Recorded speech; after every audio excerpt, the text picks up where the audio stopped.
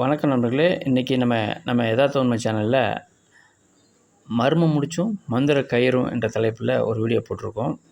நம்ம கயிறை வச்சு எப்படி எமர்ஜென்சி காலத்தில் இது மாதிரி கயிறை கொண்டு நம்ம ஒரு மரத்துலேருந்து ஏறுறதுக்கோ இல்லை இறங்கிறதுக்கோ, வீட்டோட உயரமான இடத்துலேருந்து கீழே இறங்கிறதுக்கோ இல்லை ஏறுறதுக்கோ எப்படி பயன்படுத்தலாம் அப்படிங்கிறத பற்றி நிறைய முடிச்சுகள் போட்டு எப்படி அதை பயன்படுத்தலாம் ஏணிக்கு பதிலாக அப்படிங்கிறத பற்றி பார்ப்போம். அதுக்கு நமக்கு இது மாதிரி ஒரு கயிறு தேவைப்படுது.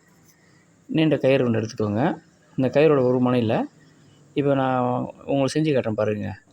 ஒரு வளையம் மாதிரி மடிச்சிருக்கேன். அதுக்கு மேலே இன்னொரு வளையம் மடிக்கிறேன். 8 மாதிரி, அதாவது பார்த்திங்கன்னா 8 மாதிரி ஷேப்பில் வரணும்.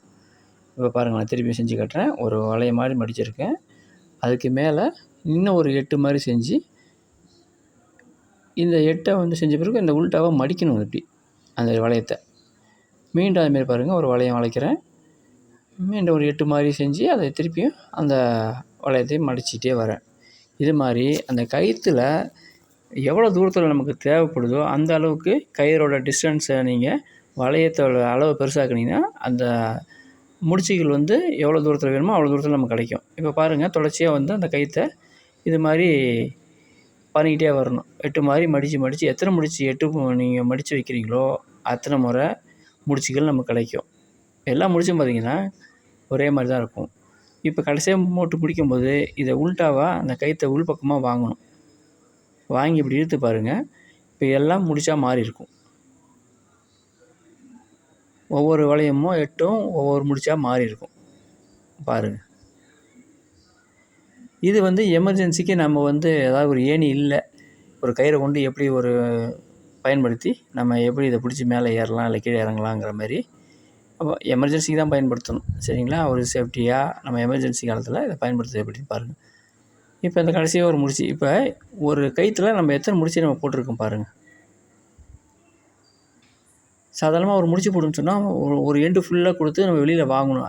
அந்த மாதிரி நம்ம வாங்கலை. இப்போ ஒரு முடிச்சு போடணும்னா ஒரு கயிற்றுல ஒரு முனைக்குள்ளே கொடுத்து ஃபுல்லாக வெளியே எடுத்தால் தான் முடிச்சு விடணும். ஆனால் எப்படி நம்ம சுருட்டியாக நம்ம எப்படி பல முடிச்சுகளை போட்டிருக்கோம் பாருங்கள்.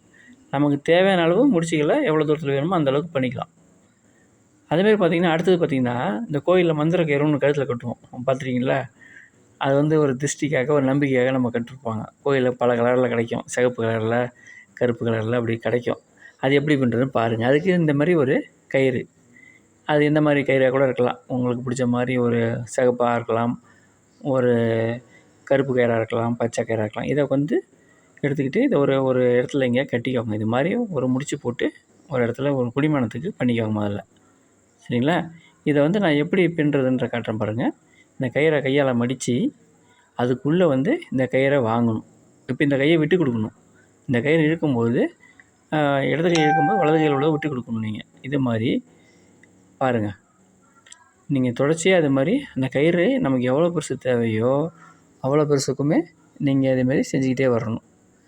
இதுமாரி கோர்த்திங்கன்னா ஒரு டிசைனாக, அதாவது ஒரு பின்னல், நமக்கு அழகிய பின்னல் நமக்கு கிடைக்கும். அந்த பின்னல் எப்படி இருக்குது பாருங்கள். இந்த கடைசியில் காட்டுறேன்.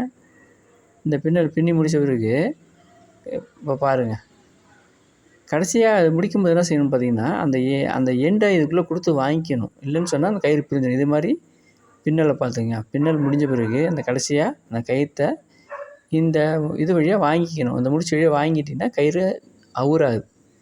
இப்போ பாருங்கள், நம்ம கழுத்தில் கட்டுற அளவுக்கு இருக்குது. நீங்கள் கழுத்தில் கட்டிக்கலாம், இல்லை ஒரு டாலர் நடுவில் கோர்த்து கட்டிக்கலாம், கையில் கட்டிக்கலாம், இல்லை சிலவங்க காலுக்கு திஷ்டிக்காக கருப்பு கலரில் கட்டுவாங்க, அது கால்லையும் கட்டிக்கலாம். இப்படி பயன்படுத்தணும். சரிங்களா? இதை பாருங்கள், அந்த முடிச்சு கடைசியாக போட்டோம்னா அந்த முடிச்சை பிடிச்சி